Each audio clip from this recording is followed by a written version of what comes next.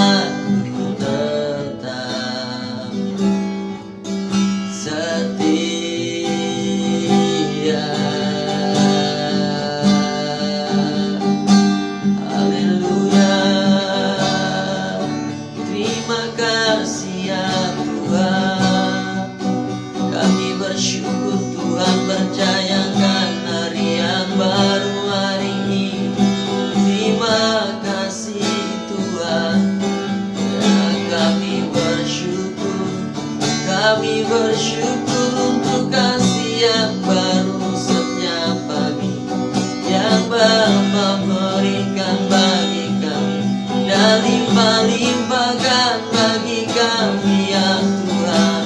Haleluya.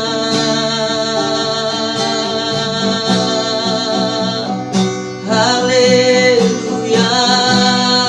Haleluya. Haleluya. Terima kasih ya Tuhan.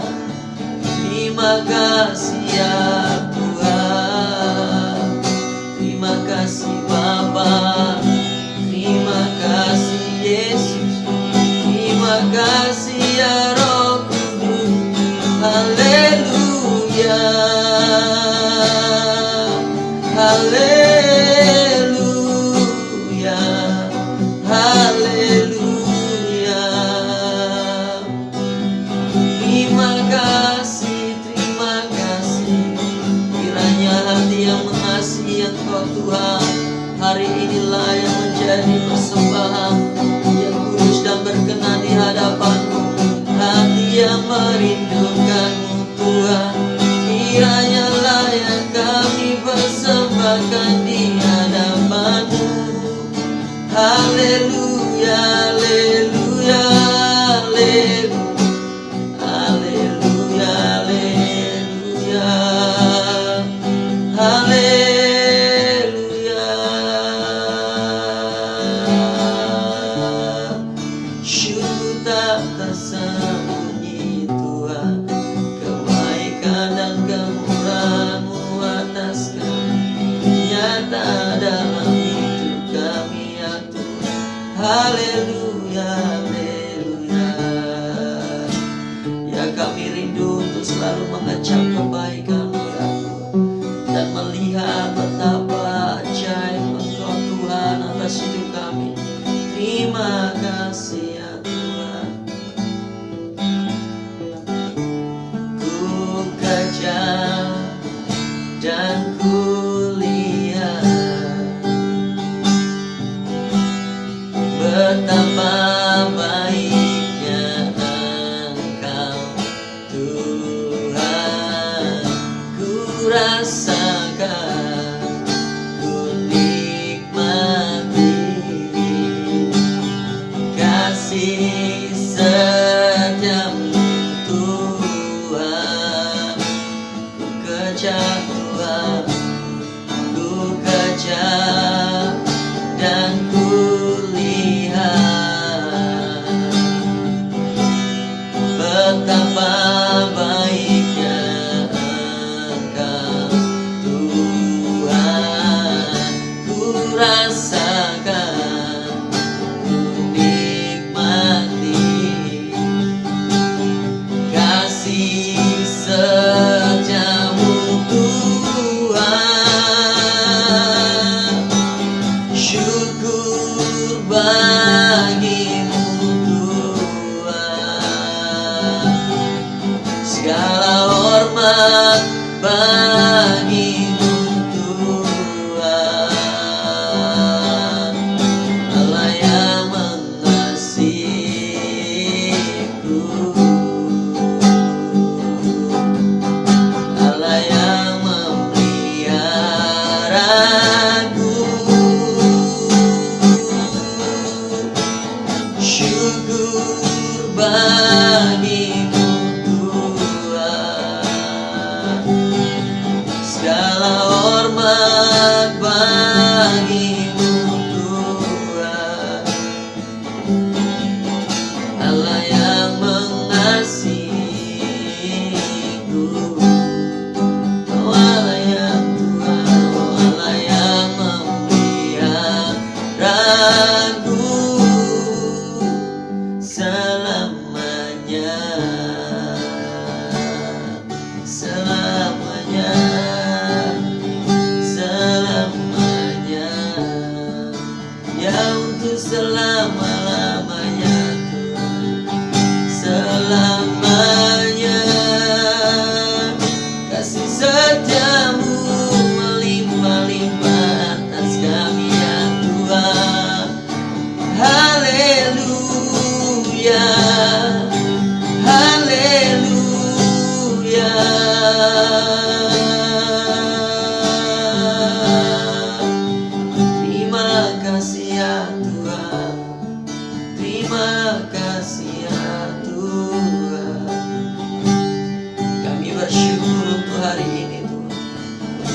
baru, yang baik, yang luar biasa.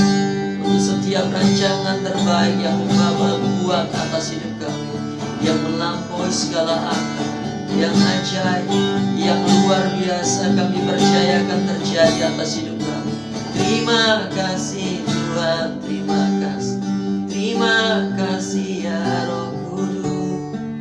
Haleluya, haleluya. Ya, terima kasih. Terima kasih Tuhan. Terima kasih. Terima kasih ya Tuhan. Syukur, haleluya. Syukur, haleluya. Mari siapkan hati untuk dengarkan firman Tuhan. Hatimu, biar firman-Nya mengajar, menyatakan kesalahan, memperbaiki kelakuan, dan mendidik setiap kita untuk hidup dalam kebenaran. Saya berdoa setiap hati dibuka, menerima setiap firman, sehingga firman itu boleh terus bertumbuh, berakar, dan berbuah secara maksimal 100 kali lipat atas hidup setiap kita. Percaya setiap sepatah kata saja firman yang Bapak Ibu Saudara dengar hari ini akan mengubahkan setiap hidup saudara. Terjadilah seperti yang saudara imani. Di dalam nama Tuhan Yesus, berfirmanlah ya Tuhan. Haleluya. Amin. Shalom. Berapa banyak dari setiap kita rindu untuk diberkati oleh firman Tuhan? Katakan amin. Saya percaya sepatah kata saja setiap firman yang Bapak Ibu Saudara hari ini rindukan, maka firman itu akan mengubahkan saudara. Yang sakit akan disembuhkan, yang terikat akan dibebaskan, sebab lewat firman-Nya yang mati pun bisa dibangkitkan. Hari ini yang memerlukan pemulihan, firman Tuhan akan memberikan sebuah jawaban buat hidup saudara dan saya. Sudah siap dengarkan firman Tuhan? Mari kita baca firman Tuhan ini dengan segenap hati. Kita akan lanjutkan di perikop selanjutnya dalam kitab Markus pasal yang ke-8 ayat yang ke-31 sampai 38. Ini adalah bagian terakhir dari kitab Markus pasal yang ke-8. LAI memberikan sebuah judul pemberitaan pertama tentang penderitaan Yesus dan syarat-syarat mengikut Dia.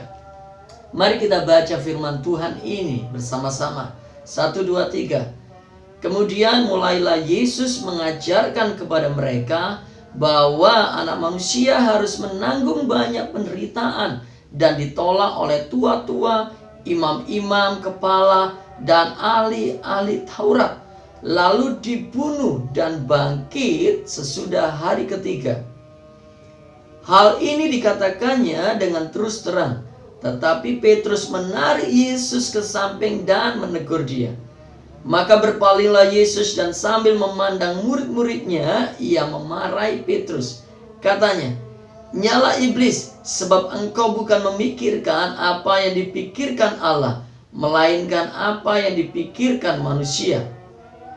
Lalu Yesus memanggil orang banyak dan murid-muridnya dan berkata kepada mereka, "Setiap orang yang mau mengikut aku, ia harus menyangkal dirinya, memikul salibnya dan mengikut aku. Karena siapa yang mau menyelamatkan nyawanya, ia akan kehilangan nyawanya. Tetapi barang siapa kehilangan nyawanya karena aku dan karena Injil, ia akan menyelamatkannya. Apa gunanya seorang memperoleh seluruh dunia, tetapi ia kehilangan nyawanya? Karena apakah yang dapat diberikannya sebagai ganti nyawanya? Sebab barang siapa malu karena aku dan karena perkataanku di tengah-tengah angkatan yang tidak setia dan berdosa ini, Anak Manusia pun akan malu karena orang itu, apabila ia datang kelak dalam kemuliaan Bapanya diiringi malaikat-malaikat kudus." Haleluya. Saya mau ajak kita untuk berdoa sekali lagi, minta tuntunan Tuhan.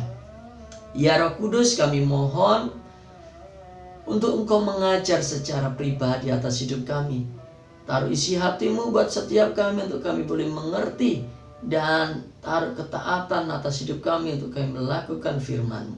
Terima kasih ya Tuhan, terima kasih. Di dalam nama Tuhan Yesus berkaryalah ya Roh Kudus. Haleluya. Amin. Ya, saudara-saudara dikasih Tuhan, dalam perikop ini Tuhan mau memberikan pemberitahuan kepada mereka tentang penderitaan Tuhan Yesus. Kenapa Tuhan Yesus harus lahir di dunia? Kenapa Tuhan Yesus harus ada? Dikatakan dengan terus terang kepada murid-muridnya bahwa Yesus harus menderita. Anak manusia harus dianiaya, anak manusia harus disiksa, anak manusia harus ditolak, anak manusia harus menanggung banyak penderitaan. Namun pada hari yang ketiga, anak manusia akan bangkit.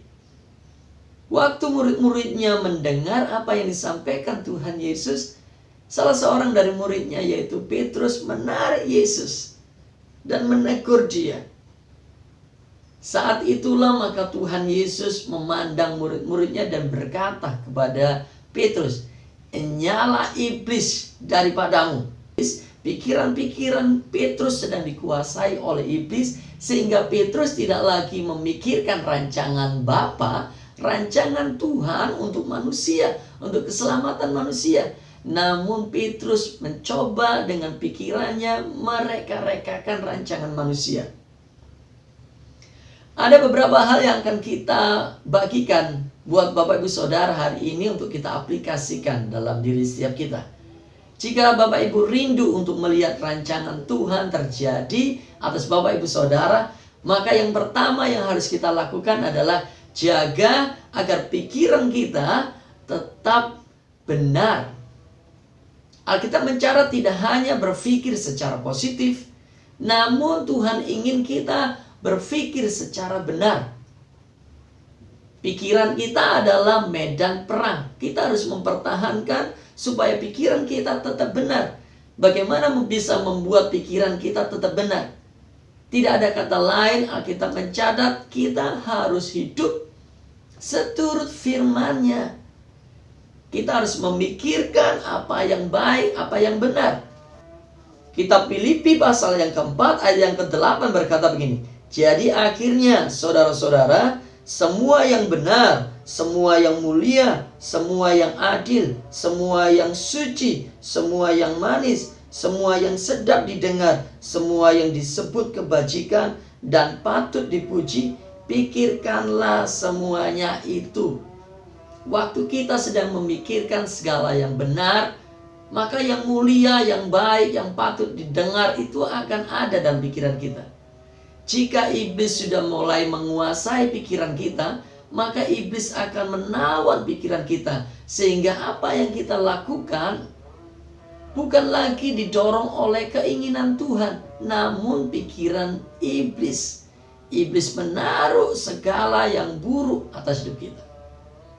Itulah kenapa banyak sekali kita jumpai ada orang-orang percaya yang masih tertekan, masih hidup dalam stres, dan juga bahkan banyak juga yang mengalami sampai kegilaan, sampai memutuskan untuk melakukan sesuatu yang tidak benar, karena iblis sedang menawan pikiran mereka sampai melakukan sesuatu yang buruk. Salah satu contohnya adalah Yudas. Iblis taruh dan tanam pikiran-pikiran untuk mengkhianati Tuhan Yesus, sehingga ia harus menjual Tuhan Yesus dengan 30 keping perak hanya untuk memperkaya dirinya, memuaskan keinginannya. Ia berpikir mungkin bisa saja Tuhanku, Tuhan yang hebat, bisa menyelamatkan diri menurut pikirannya. Namun tanpa sadar, Yudas telah tertawan sehingga pikirannya dijalankan. Waktu dia menyadari bahwa yang dia lakukan salah, iblis menaruh rasa penyesalan dalam hatinya sehingga ia harus melakukan bunuh diri. Ia tidak bertobat, namun ia bunuh diri. Beruntung hari ini Petrus diselamatkan oleh Tuhan Yesus dengan menegur iblis daripada Petrus. Yesus berkata, "Nyala iblis daripadamu." Hati-hati Bapak Ibu Saudara, tanpa sadar apa yang kita pikirkan yang tidak seperti Alkitab bilang itu datang dari iblis. Hari ini jika Bapak Ibu Saudara sedang meratapi tentang diri saudara, hari ini jika Bapak Ibu Saudara sedang merasa khawatir dan takut, hari ini jika Bapak Ibu Saudara merasa tidak aman, hari ini jika Bapak Ibu Saudara merasa tidak berdaya, merasa sendirian, merasa tidak punya harga diri, merasa minder, itu bukan kata firman Tuhan. Iblis telah menanam sesuatu atas hidup kita. Oleh sebab itu Roma pasal yang ke-12 ayat yang kedua berkata begini, janganlah kamu menjadi serupa dengan dunia ini, tetapi berubahlah oleh karena pembaruan budimu, sehingga kamu dapat membedakan manakah kehendak Allah, apa yang baik, yang berkenan kepada Allah, dan yang sempurna. Alkitab mencatat, maka pembaharuan pikiran kita ini harus kita punyai. Kita harus men-set pikiran kita, memfokuskan pikiran kita untuk bisa selaras dengan firman Tuhan, supaya pikiran kita tetap benar. Jika kita bisa mampu menjaga pikiran tetap benar, seperti apa yang Tuhan katakan, maka saya percaya Alkitab ini akan digenapi. Kita akan mengetahui mana kehendak Bapa yang baik, yang benar, dan yang sempurna. Lalu hal yang kedua yang kita bisa pelajari adalah jaga untuk langkah kita selaras dalam tuntunan Tuhan. Alkitab berkata gini, lalu Yesus memanggil orang banyak dan murid-muridnya dan berkata kepada mereka, setiap orang yang mau mengikut aku, ia harus menyangkal dirinya, memikul salibnya, dan mengikut aku. Haleluya. Jaga hidup kita selaras dalam tuntunan Tuhan. Menjadi Kristen itu harus hidup dalam dua hal. Yang pertama adalah ada penyangkalan dalam diri kita. Untuk bisa masuk dalam rencana Tuhan, hidup dalam tuntunan Tuhan, kita harus menyangkal diri kita. Bukan karena kuat dan gagah kita, namun karena rohnya. Kalau kita mampu, kalau kita hebat, bukan karena kuat dan gagah kita, namun Tuhan yang bekerja atas hidup kita. Yohanes berkata begini, aku harus semakin berkurang, semakin kecil, namun Yesus harus semakin besar. Maria berkata, sesungguhnya aku adalah hamba Allah, jadilah seperti yang engkau katakan. Paulus berkata lebih lagi, hidupku bukan aku lagi, tetapi Kristus yang hidup di dalamku. Semua yang kita dapat hari ini bukan karena kuat dan gagah kita, namun karena Tuhan yang mengerjakannya buat kita untuk hormat kemuliaan namanya. Roma pasal yang ke-11 ayat yang ke-36 berkata gini, sebab segala sesuatu adalah dari Dia, oleh Dia, dan kepada Dia. Bagi Dialah kemuliaan sampai selama-lamanya. Haleluya. Kalau kita mampu, kalau kita punya, kalau kita dapat, kalau kita sanggup hari ini, kalau kita dipercayai, semuanya karena Tuhan, semuanya oleh Dia, dan bagi Dialah semuanya, segala kemuliaan. Oleh karena itu, sangkal diri kita, bukan lagi kita, tetapi Kristus yang hidup dalam hidup kita. Setiap tarikan nafas kita adalah Kristus, setiap langkah hidup kita adalah untuk berbuah bagi Kristus. Yang kedua, untuk kita bisa hidup dalam tuntunan Tuhan, Alkitab berkata begini, memikul salibnya. Waktu kita percaya kepada Tuhan sebagai Tuhan dan Juru Selamat, Tuhan bebankan sebuah salib. Salib itu tidak hanya sedang berbicara atau sebagai tanda tentang penderitaan atau penganiayaan yang akan kita terima karena nama Yesus, karena kita percaya Tuhan Yesus. Namun salib itu juga berbicara tentang kesucian, kemuliaan yang harus kita bawa terus. Sebagai orang percaya, kita tidak akan pernah luput dari yang namanya aniaya. Itu adalah bagian dari salib yang harus kita pikul setiap hari.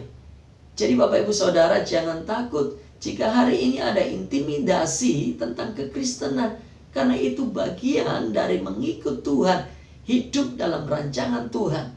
Jika hari ini kita meletakkan salib itu, maka kita sedang menyangkal Yesus. Bukan menyangkal diri kita, tapi menyangkal Yesus. Kita tidak layak untuk menjadi pengikut Tuhan. Kita sudah keluar dari jalan dan tuntunan Tuhan.